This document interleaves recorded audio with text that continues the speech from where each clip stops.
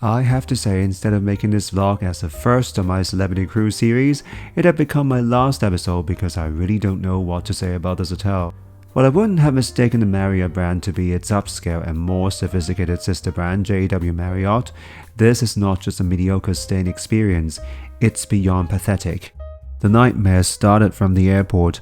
I booked an airport transfer with a European MPV package. What I didn't expect was the fact that they actually sent me an old Renault 7-seater with a broken seatbelt.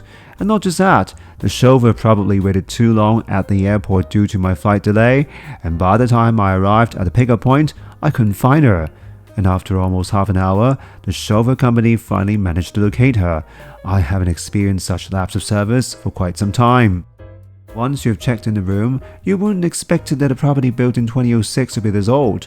And not just that, the room is actually quite dirty, which is not even acceptable for a 3-star hotel, not to mention Marriott.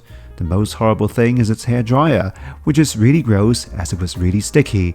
I couldn't imagine what caused the stickiness, and hence I dare not use it for my entire stay. For dining experience, well, let's talk about the food first, or should I just let my audience watch without adding further comment?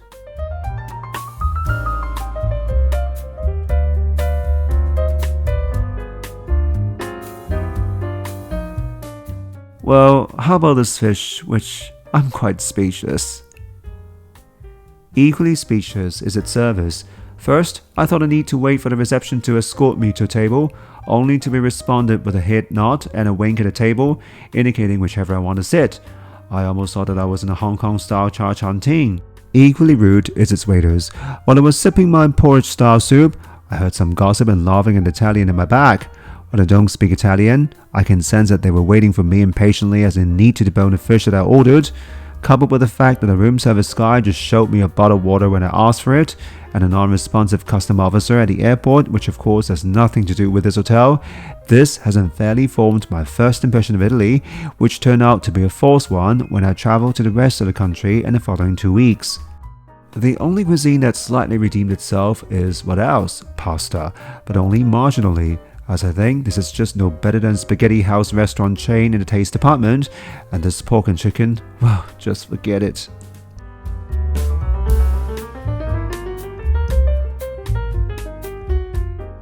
And this dessert, did they just use the material from the Michelangelo statue?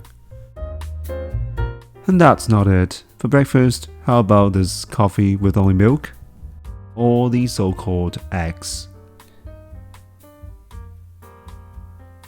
Or these cold cuts? Or these meatball-shaped sausage? And this horribly burnt bacon? And these desserts that look like display items? Honestly, I have never had experience so bad since my W Hong Kong breakfast. The only saving grace was a non-Italian staff finally noticed my miserable face and made me a decent cappuccino, well, only in relative sense. Alright, if there's one thing that I like about this hotel, it's a swimming pool, as it was large and has good vibes.